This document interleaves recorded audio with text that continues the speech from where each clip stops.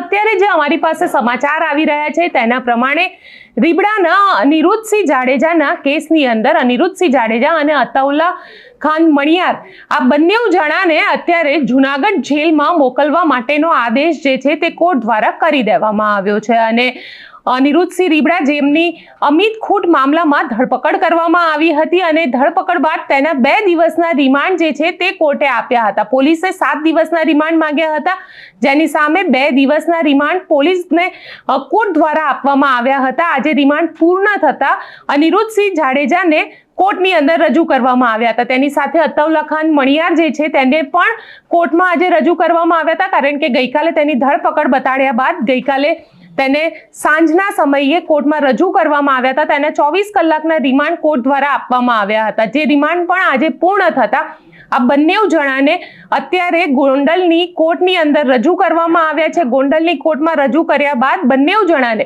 હવે જૂનાગઢ જેલમાં મોકલવાનો આદેશ જે છે તે કોર્ટ દ્વારા આપી દેવામાં આવ્યો છે। એટલે અનિરુદ્ધસિંહ જાડેજા જે પહેલા જ પોપટ લાખા સોરઠિયાના કેસની અંદર જૂનાગઢ જેલમાં હાજરી પુરાવીને પોલીસ તેમને ટ્રાન્સફર ઓર્ડરથી ગોંડલ લાવી હતી, તે કેસની અંદર હવે ફરીથી તેમને જૂનાગઢ મોકલી દેવામાં આવશે। જૂનાગઢની જેલની અંદર હવે તેમને રહેવું પડશે, કારણ કે પોપટ સોરઠિયા કેસમાં તેમની જે સજા માફી હતી તેને રદ કરી દેવામાં આવી હતી અને